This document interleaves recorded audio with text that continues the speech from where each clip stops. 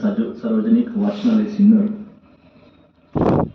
यांच्या 52व्या ग्रंथालय सप्ताहानिमित्त आज सगळे आपण उपस्थित आहोत.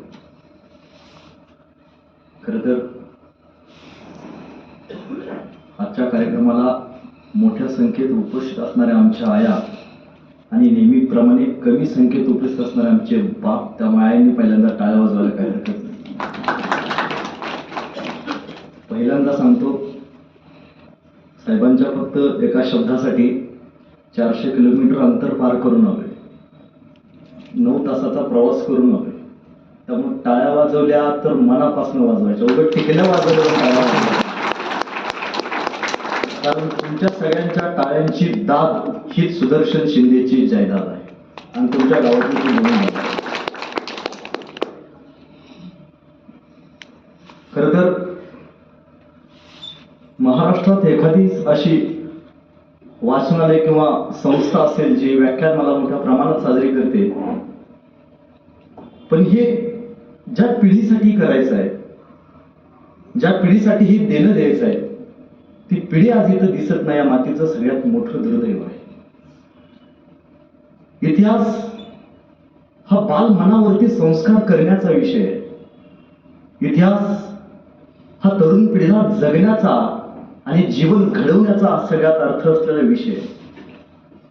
कदाचित येणाऱ्या काळात तरुण पिढीमध्ये छत्रपती शिवाजी महाराज, छत्रपती संभाजी महाराज यांचा इतिहास नक्कीच मोठ्या मनानं त्यांच्या मनापर्यंत पोहोचेल, यासाठी आज व्याख्यान मला प्रयत्न करते. तर त्या सर्वांना, आयोजकांना मी मनापासून आभार व्यक्त करतो, अभिनंदन करतो. पुढील वाटचालीसाठी शुभेच्छा देतो. मी माझ्या विषयाकडे वळतो.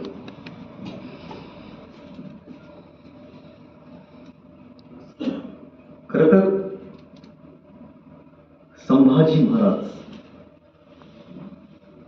प्रत्येकाच्या काळजाचा विषय.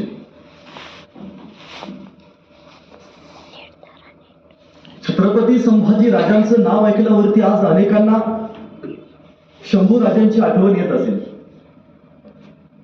संभाजी राजांचं नाव ऐकल्यावरती आपल्या अंगावरती काटा येतो.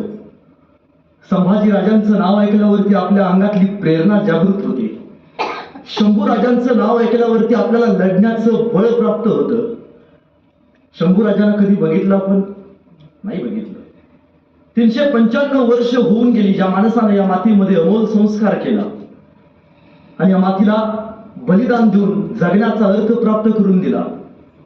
माणसं फक्त जन्मानं श्रीमंत होत नसतात, तर माणसं मेल्यानं सुद्धा स्वतःच्या कर्तृत्वावरती दैवत्वापर्यंत पोहोचू शकतात. त्याचं मूर्तिमंत उदाहरण म्हणून संभाजीराजांनी तुमच्या माझ्या समोर आणून ठेवलं. ज्या माणसाला कधी बघितलं नाही, ज्या माणसाला कधी पाहिलं नाही, तरी त्या राजाचं नाव ऐकल्यावरती आपलं रक्त सळसळतं.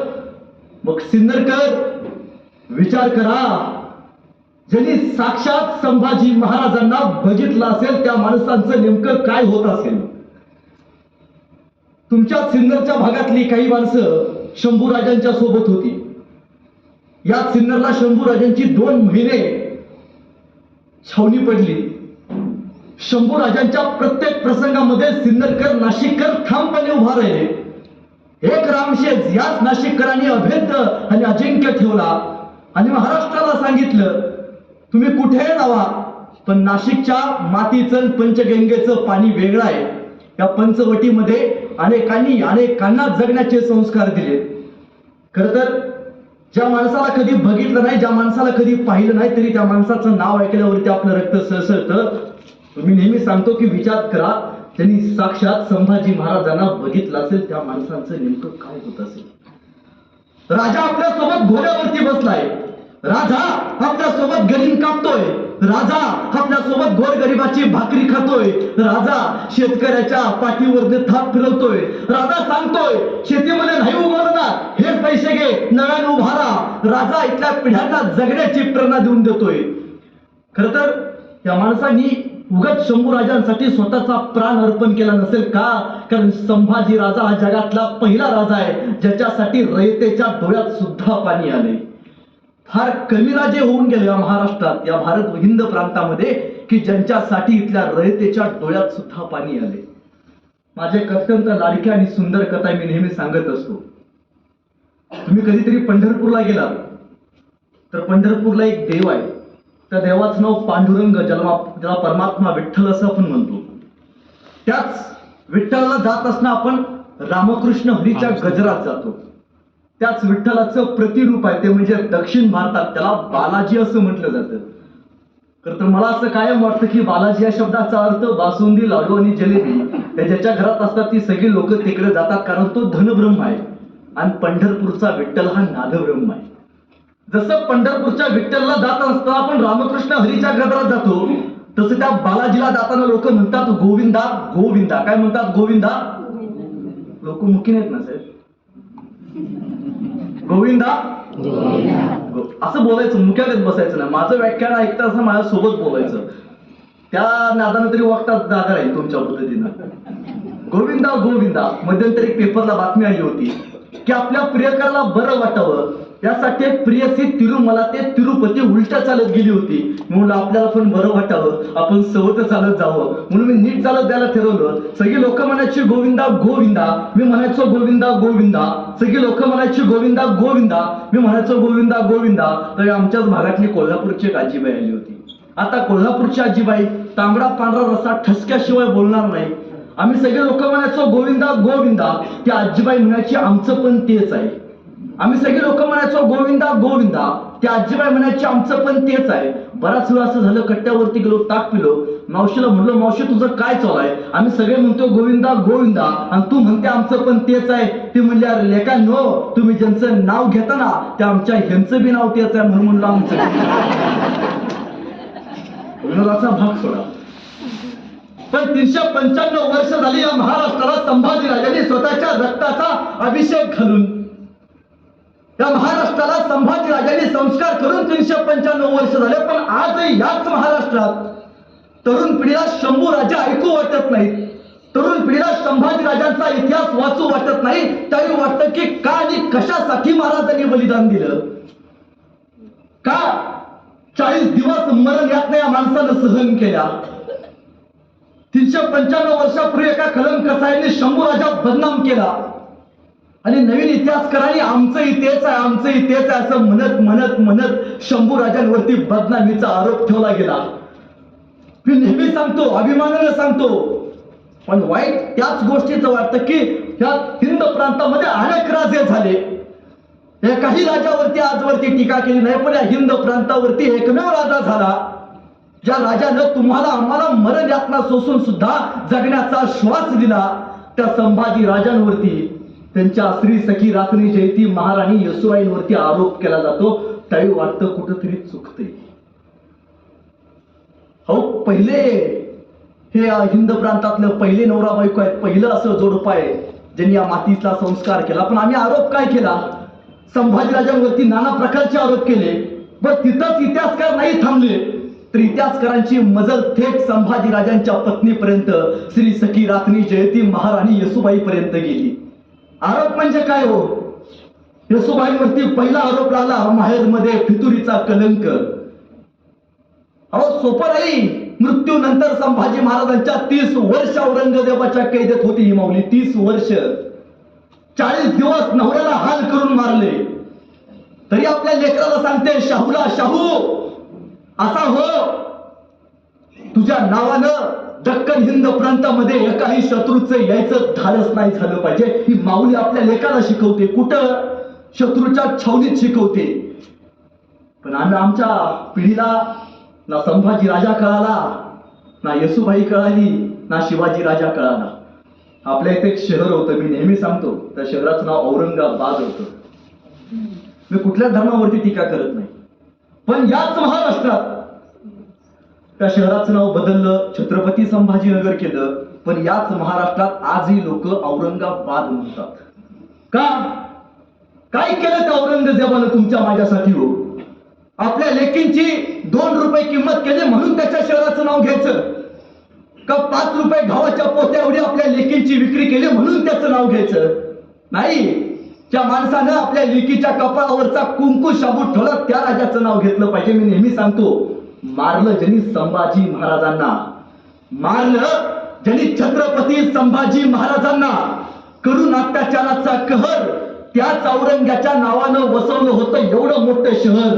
अरे सळसळू द्या रक्त तुमचं, सळसळू द्या रक्त तुमचं. दाखवा पुन्हा एकदा जिगर आणि छातीत ठोकून सांगा, औरंगाबाद नाही तर छत्रपती संभाजीनगर, छत्रपती संभाजीनगर. ही सांगण्याची जिगर तुमच्या माझ्या मनामध्ये पहिल्यापासून असली पाहिजे. मी कुठल्याही पक्षाचं नाव घेत नाही, पण मला कायम अभिमान वाटतो. नाव बदलण्यासाठी या महाराष्ट्रात पहिल्यांदा आग्रह जर कुणी धरला असेल तर ते स्वर्गीय बाळासाहेब ठाकरे यांनी धरला. ती शिवसेना विचारांची होती, ज्यांनी या मातीमध्ये संभाजीराजा जिवंत ठेवण्याचा प्रयत्न केला. पण हे सगळं ऐकत असताना, सगळं सांगत असताना आपण पार्श्वभूमी सुद्धा शंभूराजांची बघितली पाहिजे. 14 मेला महाराष्ट्र शांत बसला होता. शिवरायांनी या महाराष्ट्रावरती अगणित संस्कार केले, पण या महाराष्ट्राला असा पुत्र हवा होता जो शिवाजी राजांची गादी सांभाळेल. शिवरायांच्या मृत्यूनंतर सुद्धा हे स्वराज्य आणि स्वराज्याचा भगवा अभेद्य फडकत ठेवेल. आणि तो दिवस उजाडला. पुरंदरावरती सकाळी 12 वाजता एक माऊली आतनं पळत आली. मासाब, हो मासाब. जिजाऊनी विचारलं, अगं बोल ना ग, काय झालं? मासाब, साखरा वाटला बरं का मासाब, या हिंद प्रांताला शिवाजी राजाला लोक झाला बरं का मासाब. मासाहेबांच्या डोळ्यातनं पाणी आलं. अरे काय सांगतेस? शिवबाला माझ्या लेख झाला. हा मासाब, सईबाईंच्या पोटी एक पुत्र या मातीमध्ये युवराज म्हणून जन्माला आला. मासाहेब जिजाऊंनी स्वराज्याचे सरसेनापतींना बोलवलं, सांगितलं, साखरा घ्या सेनापती, साखरा घ्या, हत्तीवरती बसा, अखंड हत्ती संपूर्ण अखंड राज्यात फिरवा आणि सांगा शिवरायांना एक पुत्र तयार झाला, पुत्र मिळाला, स्वराज्याला गादी मिळाली. मोठ्या जयघोषात साखरा वाटून स्वागत करण्यात आलं. महाराष्ट्र आनंदित झाला होता. का? शिवाजी राजाचा लोक हो, कोणी साधा नव्हे. शिवाजी राजाचा लोक, ज्या शिवाजी राजानं तिथल्या अनेक लेकरांना सांभाळलं त्या राजाचा लोक. पण दुर्दैव, नाव काय ठेवायचा प्रश्न पडला. कोणी सांगितलं हे, कोणी सांगितलं ते, आणि ठामपणे उभा राहिला. मासाहेब सांगता झाला, या शिवाजीच्या पोराचं नाव आजपासून शिवबांचे थोरले बंधू संभाजी महाराज यांना फितुरीनं मारलं. ते शूर होते, वीर होते, पराक्रमी होते, पण त्यांना पराक्रम गाजवता आला नाही. मी शिवबाच्या पोराचं नाव आजपासून संभाजी राजे ठेवते. तो इतिहास, तो वारसा सांभाळून ठेवतील, पराक्रमाची गाथा गातील. नगारे वाजले, मातीमध्ये शंभूराजे नावाचा एक वादळ तयार झालं. सगळीकडं पहाट आनंद. का का या मातीला शंभूराजे तयार झाले. पण संघर्ष या शब्दाला समानार्थी शब्द जर कुठला असेल तर तो आहे छत्रपती संभाजी महाराज. का?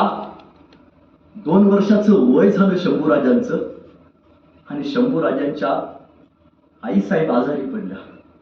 अफजल खानाला स्वराज्यावरती, महाराज राजगडावरती सईबाई साहेब त्यांचं ते शरीर बघितलं शिवाजी राजांनी.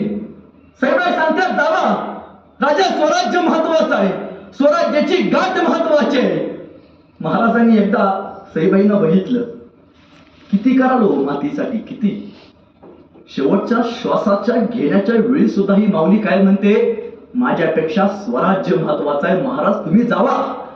अरे खेरफळत आला, महाराज निघा, अफजल खानानं तुझं भवानीचं मंदिर उद्ध्वस्त केलंय, काहीतरी करा महाराज. आपल्या बायकोला शेवटचं बघितलं, सईबाई साहेबांनी डोळे झाकले. सईबाई साहेब निघून गेल्या. 2 वर्षाचे शंभूराजे सईबाई साहेबांच्या मांडीवरती. कळत नव्हतं आई गेली, रडावं की काय करावं. 2 वर्षाच्या लेकाला जिजाऊंच्या हातात खऱ्या अर्थानं शिवाजीराजांनी दिलं. महाराज घोड्यावरती बसले आणि शिवाजीराजे प्रतापगडावरती अफजल खानाच्या भेटीला गेले. माणसांनो, छत्रपती शिवाजी महाराजांनी स्वतःचा संसार नाही केला, छत्रपती शिवाजी महाराजांनी या स्वराज्याचा संसार केला. तर तुमचा आणि माझा संसार फुललाय याचं कारण फक्त छत्रपती शिवाजी महाराज आहेत. पण तिथंच नाही, 2 वर्षाचं वय झालं. मासाहेब जिजाऊ या भारतातलं दुसरं विद्यापीठ आहे. पहिलं विद्यापीठ ते म्हणजे शहाजीराजे. आणि दुसरं विद्यापीठ ते म्हणजे मासाहेब जिजाऊ. पण दुसरं विद्यापीठ कणखर आहे बरं का. कारण या विद्यापीठानं असे विद्यार्थी तयार केले की मुघलांच्या बापजाद्यांना सुद्धा त्या विद्यार्थ्यांना हरवता आलं नाही. त्या शाळेतला विद्यापीठातला पहिला विद्यार्थी म्हणजे शिवाजीराजे आणि दुसरा विद्यार्थी म्हणजे छत्रपती संभाजीराजे. शंभूराजांना नाना कला विद्या शिकवायचा प्रयत्न त्यावेळी ठरवलं. पण 2 वर्षाचं वय. सगळ्यात मोठा संस्कार काय असतो माहितीये? एका आईनं आपल्या लेकराला दूध पाजायचं असतं. त्या दुधाच्या धारेवर तरीच तर आज तुम्ही आम्ही उभारलोय. आईच्या दुधाच्या ताकदीवरच तर तुमच्या माझ्या अंगातला स्वाभिमान जागृत आहे. दूध फक्त शरीर वाढवत नाही आईचं दूध आपल्या अंगातला स्वाभिमान वाढवतो, आपल्या अंगातला प्रामाणिकपणा वाढवतं. पण आई निघून गेली. लेकराला दूध कोणी पाजायचं? आणि बाळासाहेब जिजाऊंनी अशी बैठक बोलवली राजगडावरती आणि जिजाऊंनी विचारलं, या शिवबाच्या पोराला शंभूला दूध कोणी पाजेल? आणि एक माऊली उभा राहिली, मासाहेब म्या पाजते की दूध. असं किती पैसे घेणार ग? मासाहेब 2 सोन्याची काकणी घेणार बरं का. मासाहेब मासाहेबांनी बघितलं, खाली बसले. आणि कोण आहे का दूध पाजायला इच्छुक? एक माऊली उठून उभा राहिली, मी पाजतो की. किती पैसे घेणार ग? मासाहेब 2 एकर जमीन घेणार बरं का. मासाहेब बंदच कर. 2 एकर जमीन घेणार बरं का मासाहेब. मासाहेब शांत उभा राहिला आणि पाठीमागे एक माऊली उभा राहिली. टाळ करणार समोर आली, मासाहेब म्या पाजते की शंभूराजाला दूध. असं किती पैसे घेणार ग? अहो मासाहेब लेकरू कुणाचं आहे? शिवाजी राजाचं आहे. अहो शिवाजी राजाच्या लेकराचं दुधाचं पैसे घेतलं, पाण्यात जळव माझा मासाहेब. त्या शिवाजी राजानं माझ्या कपाळावरचं कुंकू वाचवलंय. त्या शिवाजी राजाच्या लेकाला दूध पाजायचं पैसे घ्यायचं पाप करून घेता का मासाहेब? म्या शंभूराजाला 1ही रुपया न घेता दूध पाजेल. आऊसाहेबांनी विचारलं, नाव काय ग तुझं? मासाहेब म्या गाडे पाटलांची सून धाराऊ. आणि तेव्हापासून धाराऊंनी संभाजी राजांना दूध पाजलं आणि त्याच पुटपुटला ओठ कोरडं शंभूराजांचं पानात धाराऊला फुटतो ग. आणि गरीबाच्या ओसरीवरती बाळ शिवबाचा रडतो ग. गरीबाच्या ओसरीवरती बाळ शिवबाचा रडतो ग. तिथंच नाही थांबला. मासाहेब जिजाऊंनी शिवाजी राजाच्या तोलाचा पोरगा तयार केला पाहिजे. बाप्पास सवय द्यायला पाहिजे. पोरगा एक काकण चढ असला पाहिजे. यासाठी नाना विद्या शिकवला. तलवारबाजी, घोडशाळा, ढालपट्टा. तत्कालीन काळात मुघलांना लपून वार कसं करायचं हे मासाहेब जिजाऊंनी शिकवलं. तत्कालीन काळात घोड्याला सगळ्यात जास्त वेगवानपणे पळवणारे आणि पळत्या घोड्याला डोळ्याची पापणे लवते तोपर्यंत रणांगणावरती गडकरला फिरवणारे या जगातला पहिला अजिंक्य योद्धा होऊन गेला. नाव छत्रपती संभाजी महाराज. पण संभाजी कोणाला म्हणायचं? संभाजी म्हणजे सईबाईंच्या पोटी जन्माला आलेलं निरागस बाळ म्हणजे शंभूराजे. सईबाईंच्या पोटी जन्माला आलेलं निरागस बाळ म्हणजे शंभूराजे. इंग्रज, डच, औरंगजेब यासारख्या अत्याचारांचा कर्दन काळ म्हणजे शंभूराजे. एकीकडे संयमाचा घाट म्हणजे शंभूराजे आणि आम्हा सळसळत्या रक्ताची लाट म्हणजे शंभूराजे. आम्हा मर्द मावळ्यांना आलेली माणुसकीची जाग म्हणजे शंभूराजे.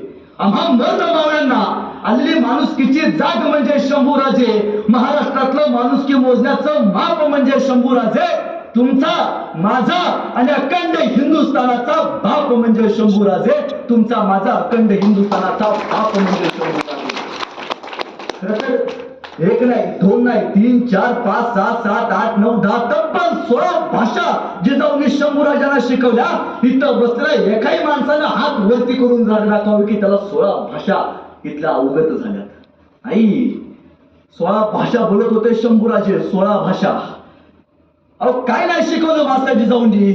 शिकवलंय शंभू स्वतःच्या जीवावरती मोठा हो, इतका मोठा हो की तुझं ते यश बघून राजगडाला सुद्धा अभिमान वाटला पाहिजे की जिजाऊंनी असा पुत्र, असा लोक तयार केला म्हणून. हळूहळू शंभूराजांचं वय वाढायला लागलं. पण हे संस्कार आले कुठून? ते आले शिवाजी राजांच्या माणसांच्या, सहकार्यांच्या प्रेरणेतून. एकदा तानाजी मालुसरे राजांना भेटायला आले आणि राजांना म्हणाले, राज रायबाचं लगीन काढले बरं का राज. माझ्या रायबाच्या लग्नाला तुम्हाला यायला लागते बरं का. राजा म्हणला, अरे तान्हा, लेखाचं लगीन काढलास होय? हा होय राज, तुम्हाला येत बरं का, लेखाचं लगीन आहे माझ्या. अरे पण तान्हा, कोंडाना घ्यायचा म्हणतोय रे, सरदिशी मागे सर ना. राज, म्या जातो की. अरे नाही तान्हा, तुझ्या रायबाच्या लग्नाचं काय? नाही राज, मी असताना तुम्ही लग्नाला जायचं आणि मी माझ्या पोराच्या लग्नात फेटा बांधून वरदाव म्हणून मिरवायचं. एका सरदाराला शोभा देत नाही. राज, मी जातो की. अरे पण तान्हा, नाही राज, हाताचा पत्रिका फेकला. तान्हा घोड्यावरती बसला, गेला गेला गेला. तान्हाजी असा गेला. घर आला पण आमचा सिंह गेला. तो शिवाकाशीत नाभिक समाजाचा होता. दिसायचा राजासारखा, मिशीची स्टाईल राजासारखी, केसाची स्टाईल राजासारखी, चालणार राजासारखा, बोलणार राजासारखा, डोक्यात एकच, जगावं तर वाघासारखं आणि लढावं तर फक्त शुभासारखं, डोक्यात एकच. त्या शिवानं महाराजांनी विचारलं, शिवा जातो सिद्धीच्या भेटीला? हा जातो की राज. गेला गेला असा गेला, इतिहासात एक शिवाकाशीत शिवाजी राजा म्हणून अमर झाला. ऐकायला भारी वाटतं, ऐकल्यावरती अंगावरती काटा येतो. हे अनेकांनी सांगितलं असेल, अनेकांनी ऐकलं असेल, पण आजपर्यंत नाण्याची एक बाजू ऐकली, नाण्याची दुसरी बाजू कधी ऐकली का? नाण्याची दुसरी बाजू म्हणजे काय? या देशात एक राजा होऊन गेला, ज्या राजाने 14 वर्ष वनवास भोगला. त्या राजाचं नाव म्हणजे प्रभू श्री, आवाज आला पाहिजे, प्रभू श्री राम. आपण नेहमी सांगतो, इतिहासकारांनी सांगितलंय रामाने 14 वर्ष वनवास भोगला आणि अभिमानानं सांगितलं होय. पण रामाबरोबर रामाची पत्नी सीतेने सुद्धा रामासाठी 14 वर्ष वनवास भोगला. कुणी सांगितलं? नाही सांगत आपण. आम्ही सांगतो, लक्ष्मणानं आपल्या भावासाठी 14 वर्ष वनवास भोगला, पण लक्ष्मणाच्या पत्नीनं लक्ष्मणाशिवाय सुद्धा 14 वर्ष वनवास भोगलाय. कुठल्या इतिहासकारांनी सांगितलं? नाही सांगितलं. अरे तानाजी मालुसरे लढायला गेले होय, पण माई मौलीनो विचार करा, ज्यावेळी तानाजी मालुसरे घरी आले, कोंडाणा गेला जायला निघाले, पोराचं लगीन काढले, काय म्हणले असेल बायको त्यांची? लेकाचं लगीन काढले, हळद लागल्या आणि तुम्ही लढायला जायचं म्हणताय. थांबा, काय दिलंय त्या शिवाजी राजानं? नाही, तानाजी मालुसरेंची बायको म्हणते, तानाजीराव, एक वेळ आपल्या रायबाचं लगीन नाही झालं तरी चालेल, पण तानाजीराव, शिवरायांच्या कोंडाण्याचं लगीन लावल्याशिवाय तुम्ही माघारी यायचं नाही. एका माऊलीनं आपल्या नवऱ्याला सांगितलंय. शिवाकाशीत 2 वर्षाची पोरगी होती त्याची, 2 वर्षाची. बापाचा प्रेम मिळायच्या वयात त्या शिवानं आपल्या लेखीला उचललं. हसत होती बापाला बघून. आणि जाताना शिवानं एकदा लेकीला हसून बघितलं आणि शिवा म्हणला, जातो बर का, फार काळ बाप म्हणून नाही संस्कार करता आला, पण एक सांगतो, तुला कोणी विचारलं ना तुझा बाप कशानं मेला, तर छाती ठोकून सांग, माझा बाप शिवा काशीत म्हणून जन्माला आला, पण एवढं त्याचं भाग्य की मरताना या मातीसाठी शिवाजी राजा म्हणून मेला. एवढं सांग कोणी. आणि केला अनेक माय माऊलींनी जिवंतपणी डोक्यावरच्या कपाळावरचं कुंकू आणि हातातल्या बांगड्या या स्वराज्याच्या मातीसाठी फोडून घेतले. त्यावेळी इथं बसल्या माय माऊलींच्या कपाळावरचं कुंकू रंगलंय, याचं कारण फक्त छत्रपती शिवाजी महाराज आणि त्यांच्या मावळ्यांच्या माय माऊलींचं बलिदान आहे. 395 वर्षापूर्वी एक बाहेरच्या राज्यातनं पोरग महाराष्ट्रात आलं आणि एका शेतकऱ्याला भेटलं आणि शेतकऱ्याला म्हणते, असा कोणी माणूस आहे, असा कोणी माणूस आहे जो उत्तम इथल्या कलाकारांचा सन्मान करतो. शेतकरी म्हणला, एक माणूस आहे. काय तो माणसाचं नाव? त्या माणसाचं नाव शिवाजी राजा बर का. आणि त्याचा पुत्र शंभू राजा, 12 वर्षाचं पोरग महाराजांना बघायला या डोंगरातनं त्या डोंगरात पत गेलं. पाठ काटे टोचायचे, दगड टोचायचं, रक्त यायचं, पण पोरग थांबायला तयार नव्हतं. का? शिवाजी राजाला पुत्र शंभू राजाला बघायचा आहे. गेलं रायगडाच्या पायथ्याशी गेलं, त्याला भेटले महाराजांचे सरसेनापती, महाराजांचे पियेने विचारलं, काय काम काढलास? काय नाही जी, राजाला भेटायचं आहे. काय काम करतोस? काय नाही जी, उत्तम गाणं लिहितो, उत्तम कविता लिहितो. असं? मग आमच्या शिवाजी राजावरती एखादं सुंदर असं गाणं लिहिलं असशील की? नाही बा, मला ध्यानातच नाही राहिलं. मग एक काम कर, रायगडाच्या खाली जा, 10 दिवस थांब, शिवाजी राजावरती एक सुंदर असं गाणं लिह, मग मला भेटायला ये. पिये महाराजांचे, चायपेक्षा किटली गरम, काय दावल्याशिवाय काय पासच होत नाही. ते 10 दिवस खाली गेलं. त्यानं राजांवरती सुंदर गाणं लिहिलं. अहो तुम्ही सांगितलं होतं राजावरती गाणं लिहिला, ह्या बघा लिहिलं नवं. ऐकव आता 12 वर्षाच्या पोरानं शिवाजी राजांवरती सुंदर असं गाणं लिहिलेलं ऐकवलं. सेनापती म्हणलं वा, चल तुला राजाची भेट घालून देतो. राजांच्या समोर उभा केलं. ते गाणं आयुष्यात आपण एकदा तरी ऐकले. ते गाणं साक्षात छत्रपती शिवाजी महाराज जिवंत असताना लिहिले. ते सेनापती म्हणाले, राज या 12 वर्षाच्या पोरानं तुमच्यावरती उत्तम गाणं लिहिलंय.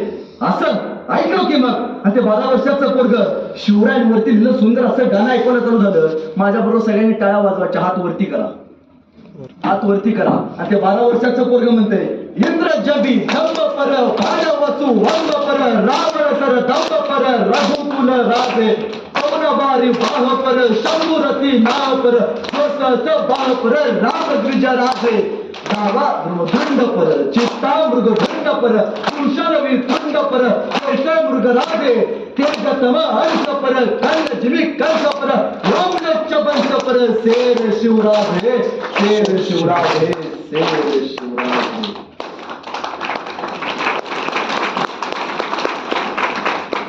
गाणं प्रत्येकाने ऐकले. हे गाणं साक्षात महाराज जिवंत असताना लिहिले. त्या कवीचं नाव कवी भूषण. महाराजांनी विचारलं, कवी भूषण वा, किती सुंदर गाणं लिहिलं, बोला कवी भूषण तुम्हाला काय बक्षीस देऊ. कवी भूषण लगेच नाही म्हणाले, हा राज जिल्हा परिषदेत तेवढं बघा का, पोरला कुठं जिल्हा मध्यवर्ती घेता का बघा, रक्त वेगळं होतं. कवी भूषण म्हणतोय, महाराज हिरे माणिक मोती यापेक्षा छत्रपती संभाजी महाराज आणि छत्रपती शिवाजी महाराज ही सगळ्यात मोठी आमची दौलत आहे. पण या कलाकारांचा सन्मान महाराजांनी कैक सोने नाणे देऊन केला. जगातला पहिला राजा ज्यांनी कलाकारांचा सन्मान केला. आणि तीच परंपरा शाहू महाराजांनी कोल्हापूरला टिकवली. एकमेव छत्रपती शिवाजी महाराज. पण स्वराज्य अनंतात होऊन गेलं होतं. शंभू राजांची शमशेर म्हणजे पिढ्यान लढायला शिकवणारी शमशेर. पण या महाराष्ट्रावरती एक अगणित संकट आलं. 9 वर्षाचं वय असताना मिर्झा राजा जयसिंह स्वराज्यावरती आला. दिसत तिथं खुलेआम कत्तल करायला चालू केली.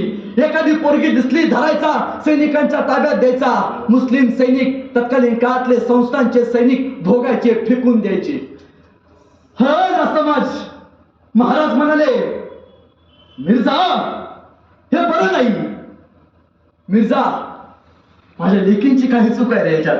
आणि छदिम्या असत मिर्झा म्हणतोय, शिवाजीराजे तुमचा लेकींचा संसार वाचा वाटत असेल तर तुम्ही घेतलेले सगळे किल्ले माझ्या नावावरती करा.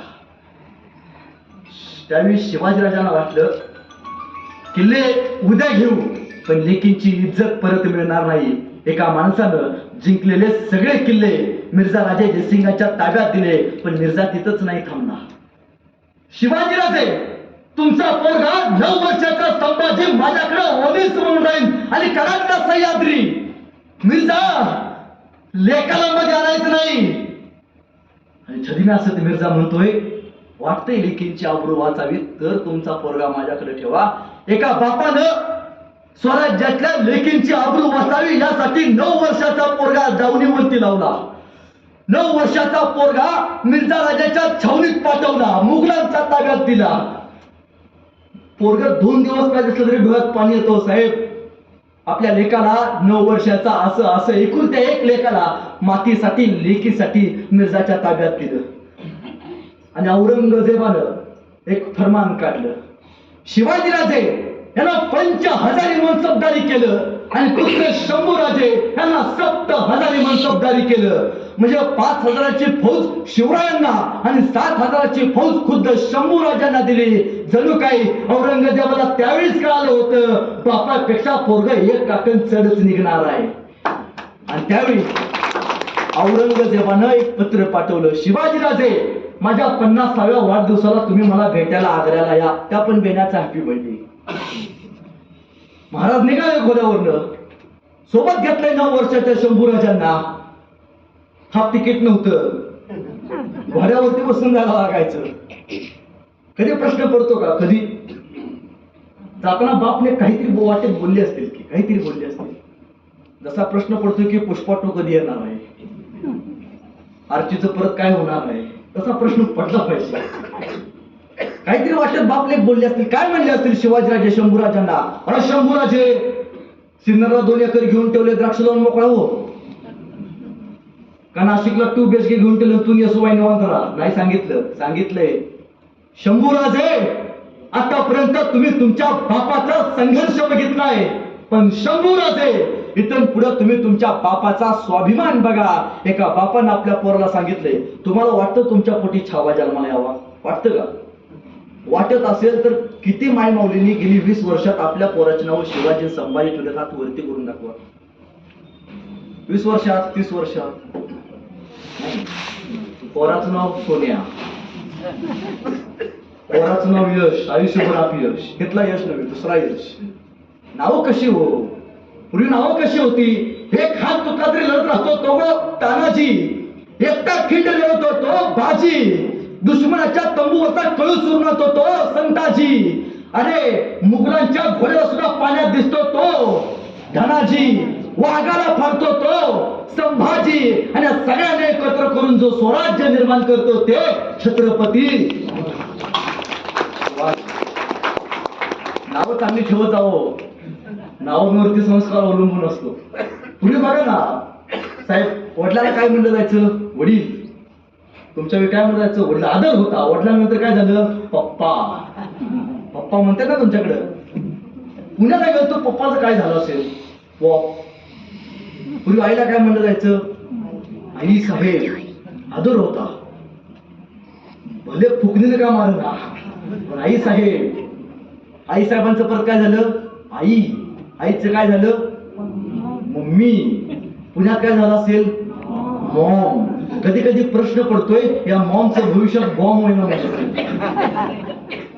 संस्कार चांगले ठेव.